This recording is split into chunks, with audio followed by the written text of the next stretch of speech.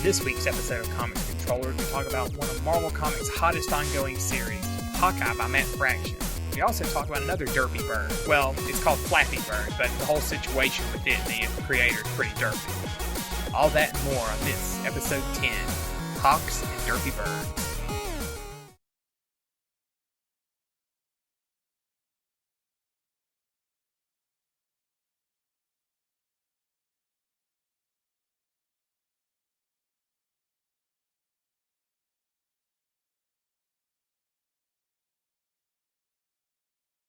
Okay, I am too. And after 3, we'll clap. So 1, 2, 3. All right. That's pretty spot on. You ready? Yep. Hey everybody, welcome back to another episode of Comics and Controllers. As always, I'm Kyle, joined by my co-host Steven. How's it going? It's going pretty good, Steven. So this week, we want to start things off by talking about a ongoing comic series coming out of Marvel. It's based on a character that's been around forever, really. Hawkeye by Matt Fraction. So I've read all of what's out on Hawkeye. I guess I saw it and I was like, well, I'll give this a go. And I liked it so much, I basically just mainlined it and just went through everything. Steven, how much of it have you read? I just got done with issue 5. Okay, so I think they're on issue 18 or 19 now. That sounds about right. But basically, Hawkeye's about the Avenger Hawkeye, and it's kind of his time when he's not with the Avengers fighting all the ridiculous villains that they have to deal with. You know, all these crazy cosmic guys or super ridiculous gods or whatever. And so it's him kind of dealing with normal, I say normal people, but normal human-based superhero or supervillain type stuff. Like he fights gangs and things like that. This feels a lot more like Daredevil, whereas Daredevil, that people like Daredevil and Luke Cage and Iron Fist, not Iron Fist when he goes and often does his mystical stuff, but a lot of times when they're doing what they call the street-level crimes and, dealing with villains that are, like you said, more of your less superpowered but more organized crime stuff. Yeah, the first major thing he does is he decides that the guy who owns the building that he lives in with all these other people is a pretty terrible landlord. It turns out the guy's into all this different crime and stuff, and he tries to buy the building from him, but the guy refuses. So I think Hawkeye basically beats him up and forces him to sell him the building so he can be a better landlord. Pretty much. The guy was trying to jack up the rent so high because he was tripling the rent every month so that he could sell it to some buyer who wanted to buy the building for this crazy amount of money.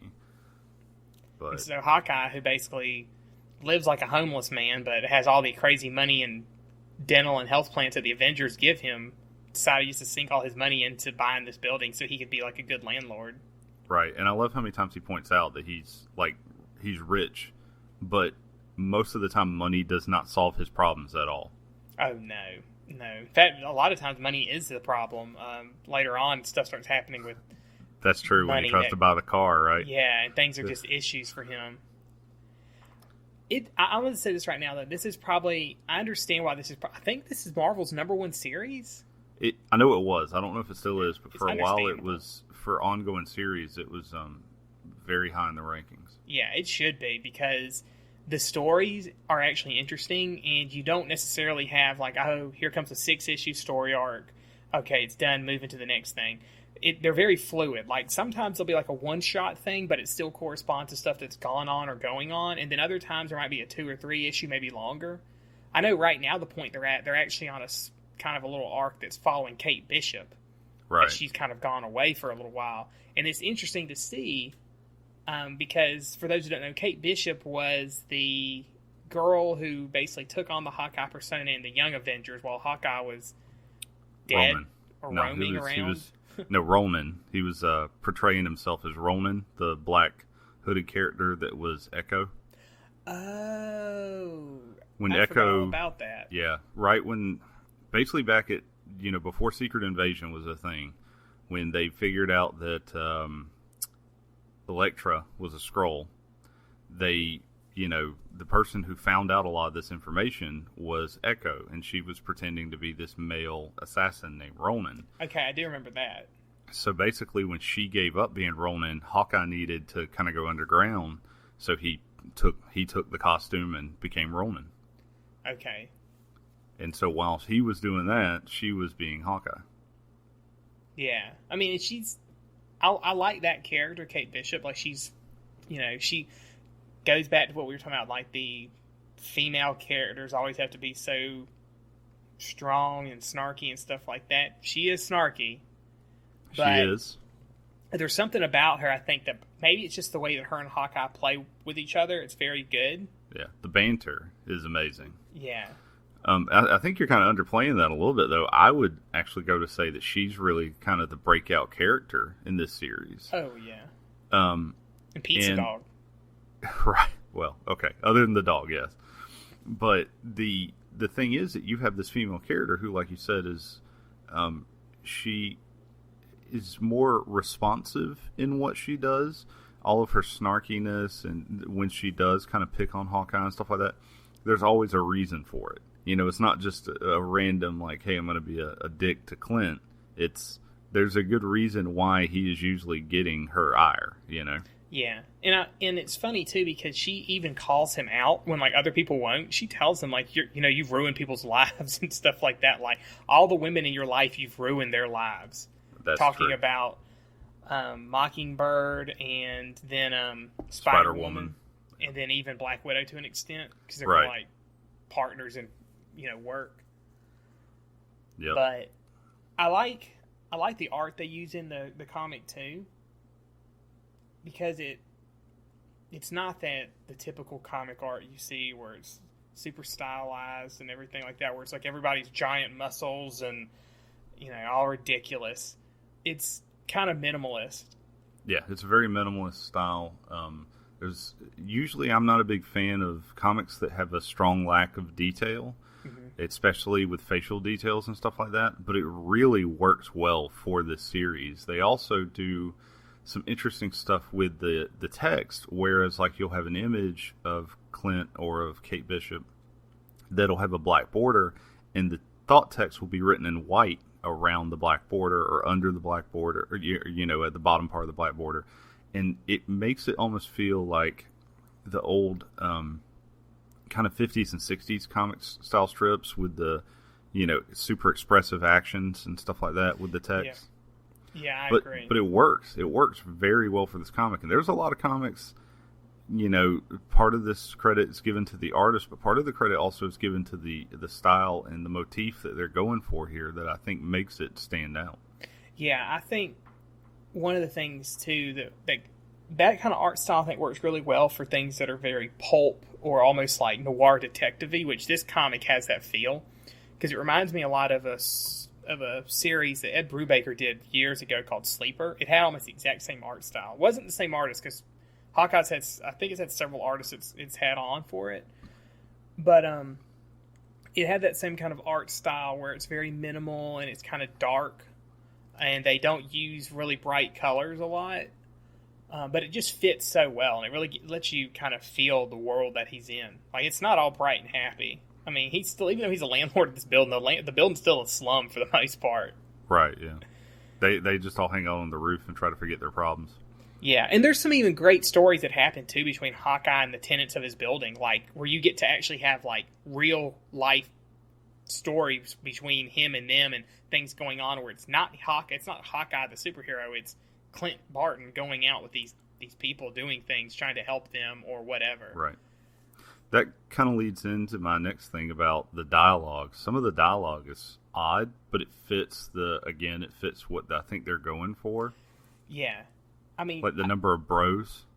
I know so, you said that's kind of a Russian thing. Yeah, so the main bad guys for a while are these Russians that Clint and Kate are dealing with. They were the ones who owned the building we bought them from, and they keep coming back up.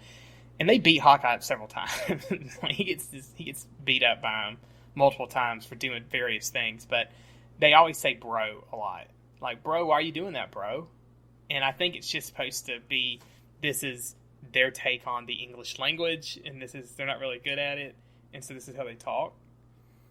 But one of the other things they do with people who speak other languages is they don't necessarily put it in the actual French text if it was French. Instead, they'll say French, French, French. Maybe that was a little bit of Italian, because that's the way that Hawkeye perceives it. Like, he doesn't really know what they're saying. He's just guessing. They did a really good job in this with giving him some kind of characterizations that aren't in what he says or does. Yeah. But giving him more of a, stuff like that where you can tell how he perceives certain things. Mm-hmm, I agree.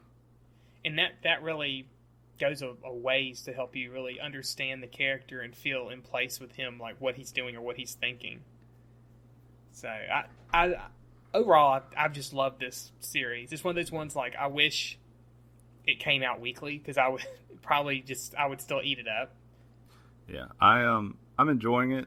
I like some of the little cameos, like they had Madam Mask, the Kingpin, several, little small cameos. You had Captain America and Maria Hill at one point.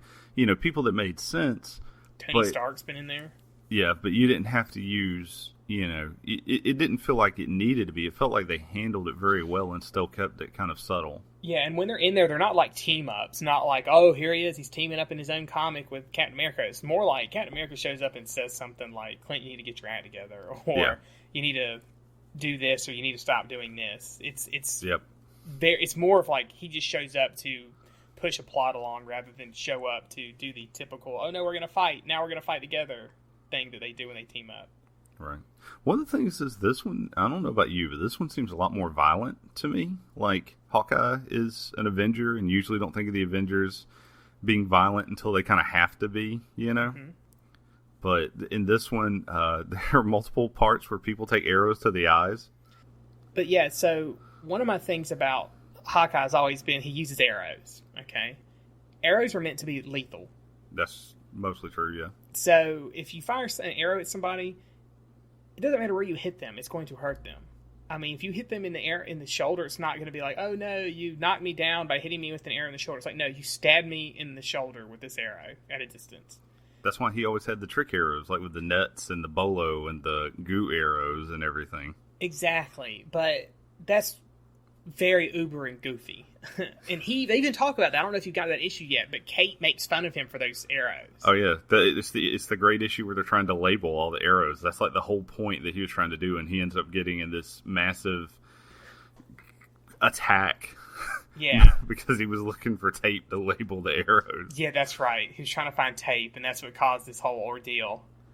But I like that it's more violent with that. That's more realistic to what would happen if somebody used arrows as their weapon. I don't have a problem with that, but I think that's going to end up being kind of a theme, because if you remember, there's an issue where they're all on the rooftop, and she even asks him if he's ever killed anyone. And before he can really respond, you can tell he doesn't want to answer. One of his neighbors goes, he's an Avenger. Of course he doesn't kill anyone. So I can't really go into that because you haven't got to the point. Yeah. You haven't finished that storyline yet, so we can't really talk about it unless you want me to spoil it for you. That's fine. Go ahead. Okay, so it turns out that the videotape, that's not really him. There's 3 videotapes. They're all fake. To cover up the actual people who killed the guy, which was a S.H.I.E.L.D. agent who was sent to do it.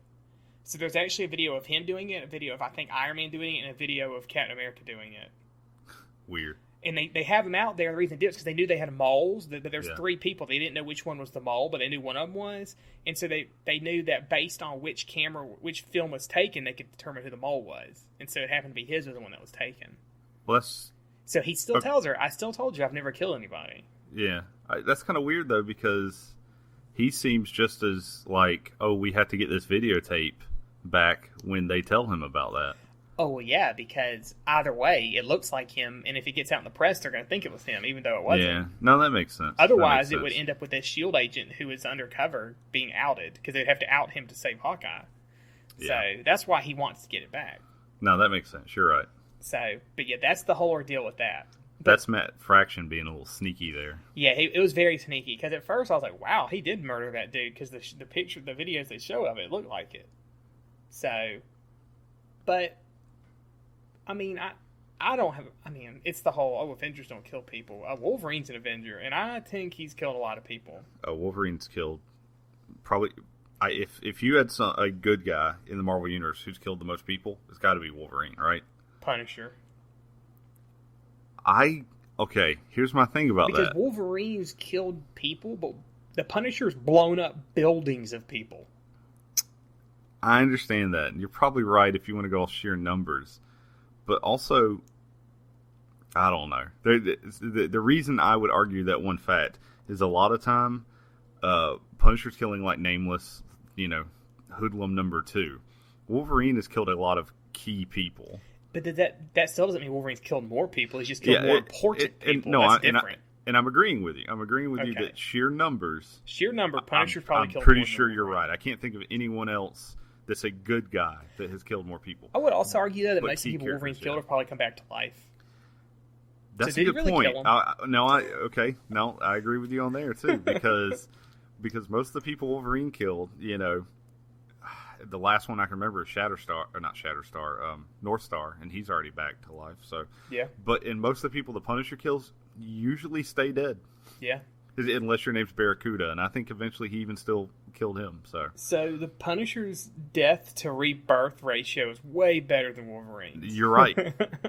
You're right. So, there are very few Punisher bad guys other than the Kingpin that don't stay dead. But he's never actually killed the Kingpin either. Yeah, I was gonna say. But so I think what we've just decided is that the Punisher is a lot better at what he does than Wolverine.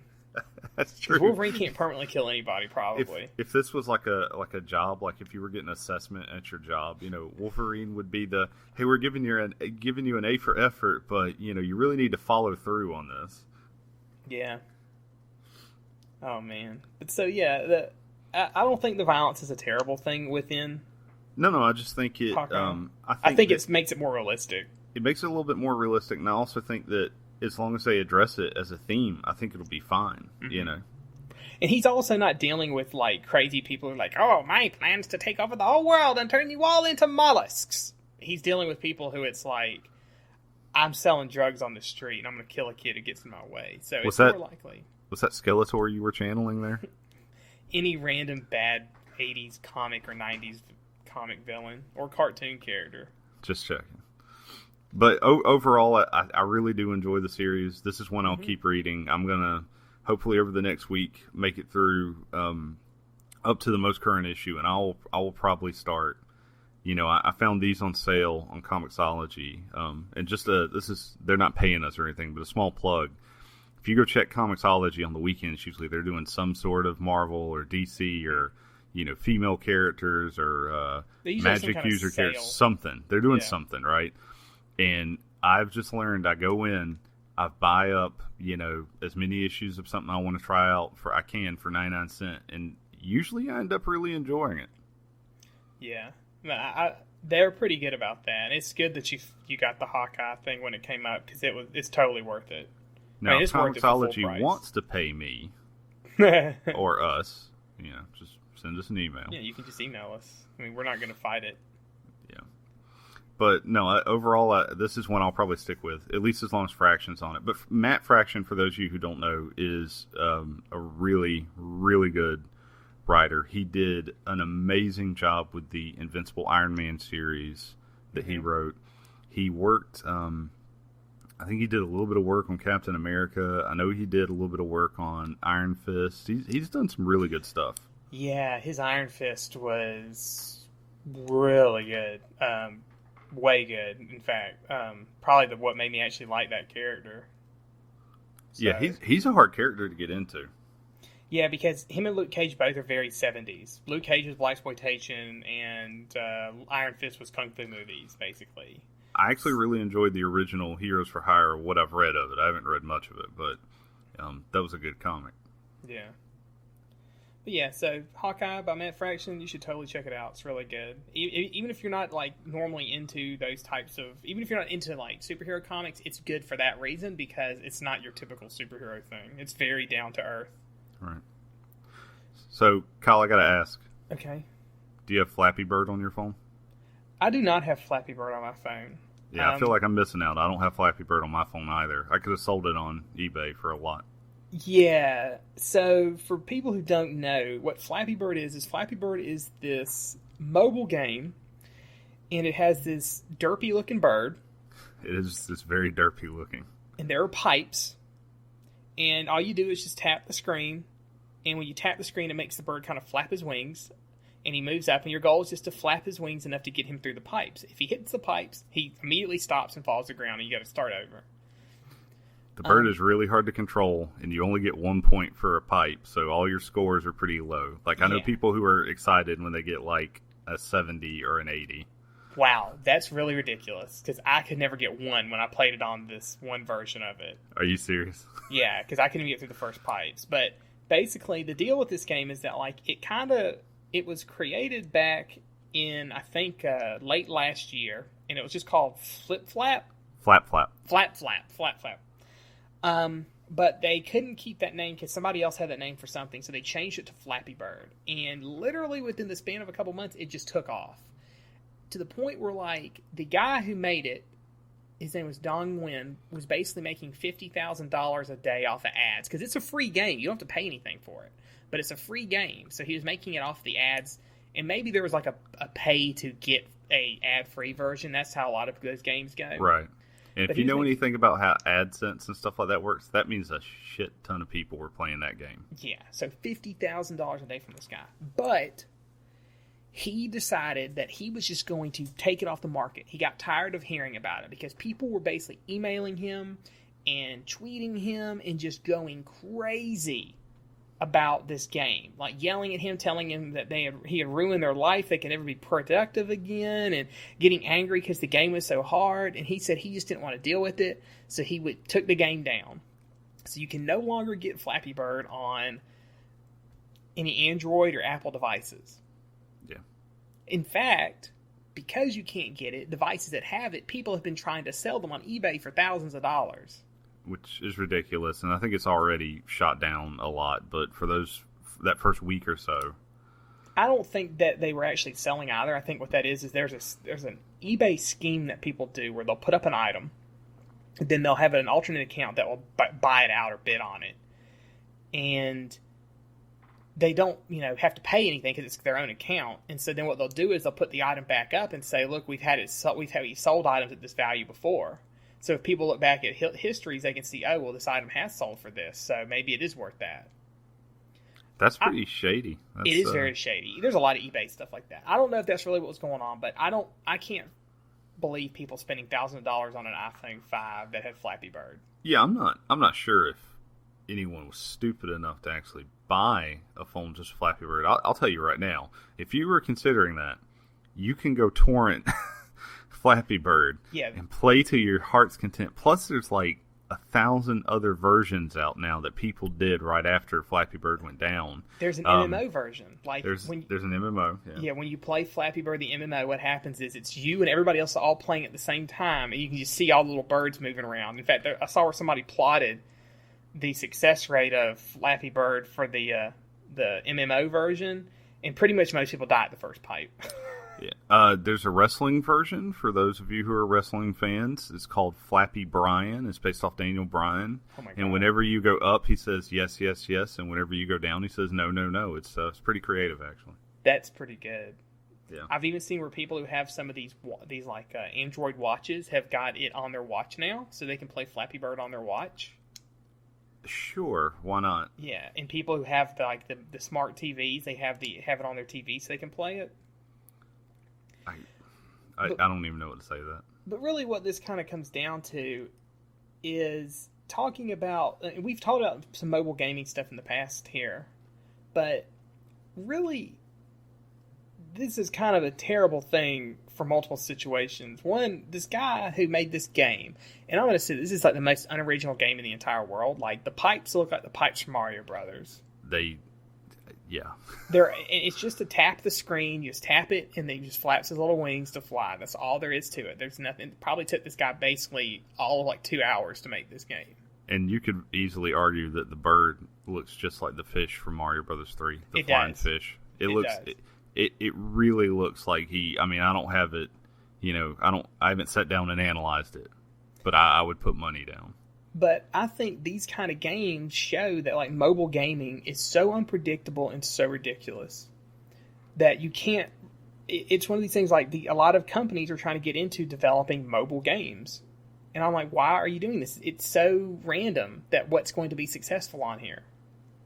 You know, we have this game like Flappy Bird, and you never would have thought this would have been as successful as it is. Another example is Words with Friends, Candy Crush. These types of games just suddenly just skyrocket out of control, out of nowhere, and become huge. And then they usually fade within a month. Yeah, a lot of them have a very short life cycle as far as games like that go. You know, stuff like Angry Birds, like I think you were saying, they reskin them, they do a different version, they change a little bit to keep them kind of relevant, but most of them don't make it to that second and third phase. Yeah, Angry Birds and Plants vs. Zombies, they both did that. Basically what they did was they made this game, and it did really well, and then that's it. Once it's done, it's done. There's no more money to be made on it once it starts to fade. So then what they did is they started to put it in other places. They have Angry Birds on the computer, and they have Plants vs. Zombies on the computer, or you can get it on your Xbox 360 or Xbox One or PlayStation 3 or 4, and then, you know, after that, it's like, well, now we need to go to other locations. So now this on your, I remember at one point the running joke was, you weren't a smart device until you had Angry Birds on it. So as soon as like Angry Birds was on smart TVs, that's when people were like, okay, now smart TVs are successful. Oh, it's on a Roku. Now the Roku's successful, stuff like that. Yeah. And so once they've tapped out those markets, though, what are they going to do? Well, then they just decide, well, now we're going to do Angry Birds Star Wars Edition. And it's the same game, maybe some different little maps, but all the birds just look like Star Wars characters. Yep. And I just saw the other day, now they're adding like a female character finally.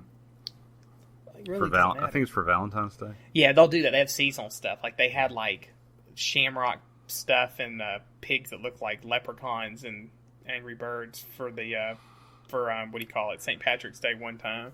I mean, people will buy it. And that's what's so terrible is that like a lot of mobile gaming is just what we've said in the past. It's just microtransactions.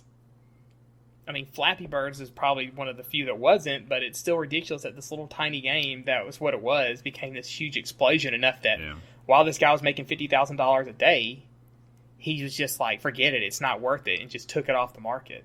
One, I imagine this guy can't he can't take a lot of stress. Evidently.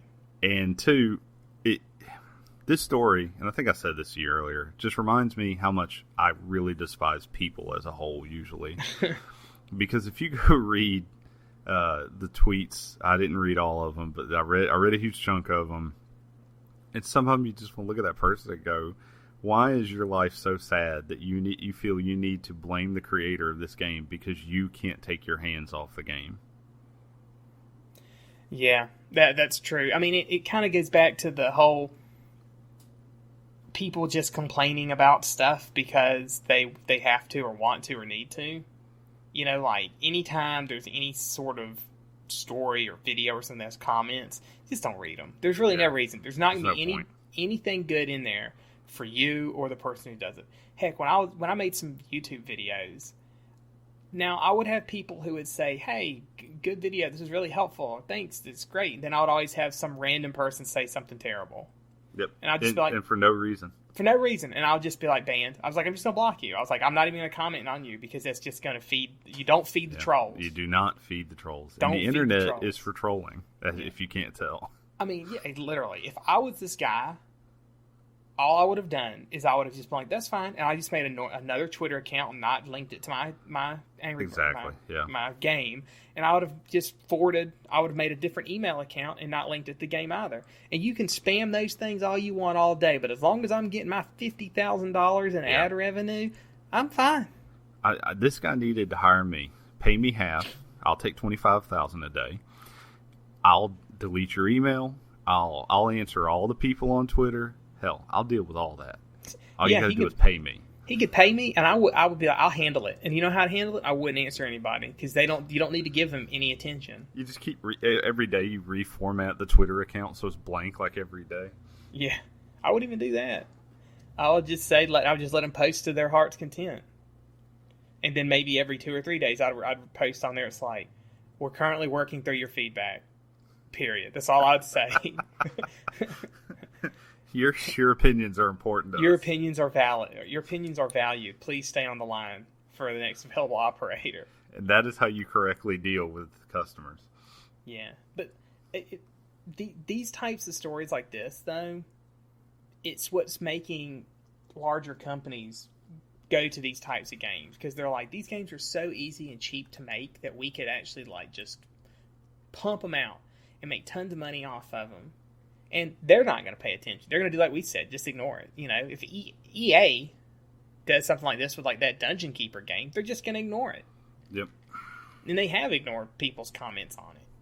So that it's just, this is really terrible. I hate mobile gaming. Like, people ask me, "Oh, you're a gamer. What do you play stuff on your phone?" No. Why? But I don't need to do that on my phone. I don't want to. Those aren't real games.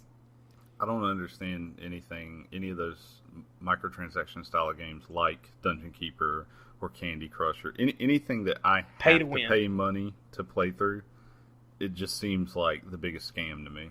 They're all pay to win. And that's what kills me, is that back in the day, people used to be like, how do you play those MMOs? You have to pay every month. Those same people now are all playing these pay to win games where it's like, oh, I can play for free, but I'll just drop a couple dollars here and there so I can get an advantage. You're spending more money on that than I would on the other games.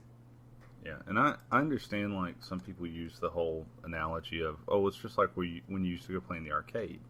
But that's not entirely true. When I put a quarter in an arcade, you know, it was because I couldn't play that game at home, or I felt like I was actually getting something for the money I was putting forward. Mm-hmm. Yeah, and in these, it's basically like they make this game, and then like the only way to progress is, or at least progress at a decent rate, is to spend money, and that's terrible. That's so garbage.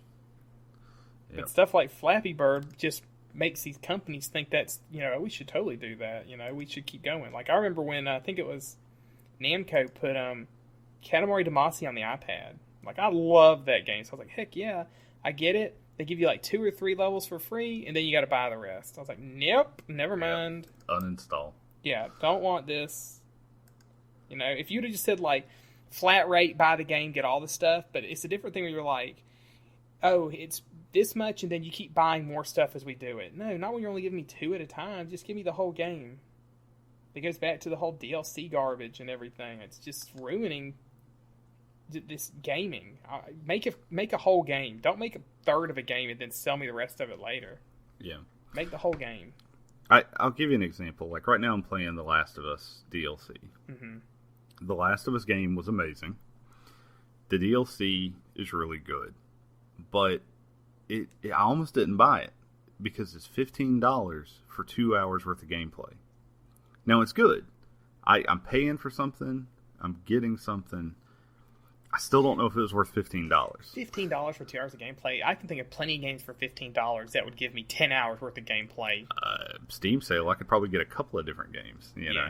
No, sir. Just hold off. That's why I don't buy DLC for most of these games, because it's overpriced and it's not worth it. Yeah, it's not worth it. And honestly, that 2 hours, like, I know this isn't true for every game. I know this isn't true for every game, but there are a ton of games that the DLC is made at the same time as the game. It's using the exact same engines. It could have been on the disc. In some cases, it is on the disc, and you're just paying to unlock it. Yeah, that's the worst. They where it's already on the disc, and it's like, oh yeah, well, now give us money and we'll give it to you. No, I've already given you money for the damn disc. Give me it was on it. I paid for this. It's like, okay, a lot of fighting games do this, but most recently, some of the wrestling games have done this, and they don't do it a lot, but it has happened recently. There are wrestlers, or fighters in that case, that are on the disc, and you're paying to unlock 1 or 2 fighters. No. And it's so annoying. Yeah, that's such a ripoff. I'll just wait for it to come to Steam and then sell me everything at once in a cheaper package. Exactly, yeah. So, but, you know, maybe they can, maybe Flappy Bird, though, will lead to awareness. Maybe people will realize after everybody's lives have been ruined by it and they have to get help that these types of games aren't the way to go. Do we need to have like a Flappy Bird Remembrance Day, like the day it was taken off?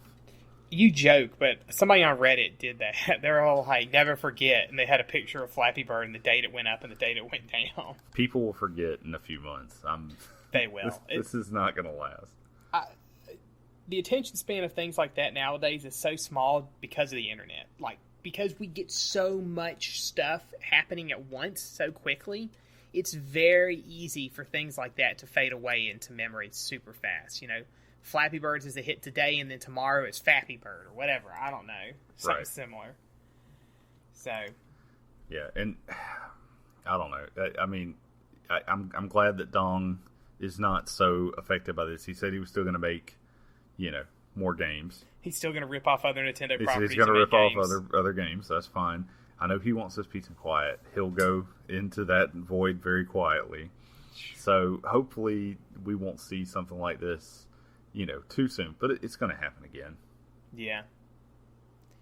All right. Well, I want to throw in one little last thing here for people out there. I've kind of mentioned this on my Facebook, and I've mentioned it on my Twitter too, and I think I've even told tons of people about it. But right now, at the time of this recording, if you go to twitch.tv, in fact, I'm going to pull it up and see how it is now. There's a channel that's called Twitch Plays Pokemon. What it is an individual has taken Pokemon Red for the old Game Boy, and he's done an emulator for it. Okay? And the emulator, he's then created an IRC plugin that will read the Twitch chat, and if you put in commands like up, down, left, right, A, B, select or start, it will then translate those commands into the emulator and execute them in the Pokemon Red game. Okay, now this is a social experiment to see if people just basically typing in chat these commands can actually beat Pokemon Red. At the time of this recording, there are over 44,000 people in here spamming comments. Up, down, down, down, left, right, A, B. They've taken several hours to try to get through some areas because of how difficult they are, and then they'll die and have to start back over and everything. It, to me, is one of the most hilarious things in the entire world to watch, for two reasons. One, it's so ridiculous what's going on. That this whole chat room is trying to play this game by just spamming up, down, whatever. The other funny thing are watching the people who are taking this so serious, they are raging in the chat room when something goes wrong. This is a disaster waiting to happen. I actually think this is the modern day room full of monkeys making Shakespeare. So if you haven't heard it, the old adage is put a bunch of monkeys in a room with a typewriter and eventually they'll write Shakespeare. So this is put a bunch of gamers in a chat room and eventually they'll beat Pokemon Red. Can it be done? I mean, they're at almost 4 days now, and I think they've gotten 3 badges, which is amazing. Now, there's a timed part they're coming up to, which I don't know how that's going to go. But if you have a moment, just want to see the ridiculousness of it, check it out. It's twitch.tv/TwitchPlaysPokemon. It's pretty hilarious. Even if you don't know anything about Pokemon, just see the chat room just going nuts trying to control this character. So, all right. I think I may go watch it for a while, but I don't know if I want to. I don't know how long I could sit and watch that, but I'm sure it's hilarious. Yeah, it's one of those things, like, I don't keep it up, or I'm not like staring at it constantly, but I'll open it up periodically just to see how far they are and stuff like that. And it's great to come in here and be like 5 hours later, you're still in the exact same spot, and somebody's like, no, we got past this, but then we died and we had to start over at the Pokemon Center that was before this, and now we have to go through it again. You're like, oh god. But it makes me wonder, is this going to be a new form of Twitch channel? Like, are they going to have other channels where it's like you just spam it and suddenly you're playing Minecraft or something? I don't know. I bet that would be awesome with a fighting game. You have half the chat room divided in one character and half on the other. Oh my god, that would be great. I can't even imagine. I was talking with a friend about these, and I was like, certain games this wouldn't work with. Like Mario and Zelda, you just constantly dying. Yeah. But it would have to be another turn-based game. So maybe another game like Final Fantasy or something that's turn-based. Or another Pokemon game. Because it has to be something where it's turn-based and you're actually selecting and stuff like that. Yeah, I don't know. I am interested to see where this goes. This could lead to a whole new form, a very popular form of interactive games on Twitch, because it's fun to watch someone play something on Twitch, but when you can actually have an input, even if it's to the smallest degree, it makes it that much more fun. Agreed. And it's way better watching people actually try to control and people actually controlling this game than watching people in a League of Legends stream just screaming at people how they're stupid and they should not have jungled that way or whatever. So it makes me happy that also this is like I think it's the number 3 channel right now on Twitch. Twitch. That's pretty cool. It was number 2 at one point, but then some League tournament started up. Yeah, the only things beating it are like League and StarCraft, which that makes sense. They might as well just change the name of Twitch to LeagueStarCraft.tv. Leaguecraft. Yeah, that's all it is. So, well, all right. I think that's all we've got for today. So if you want to email us any stories or anything you want to talk about or anything you want to make a comment on that we discussed, you can email it to us at comicsandcontrollers@gmail.com. If you want to follow me, you can follow me on Twitter at ZombieJesus here. Where can they follow you at, Steven? At my name, Stephen Wilds at Twitter. All right. So until next time, I'm Kyle. And I'm Steven. You guys have a good one.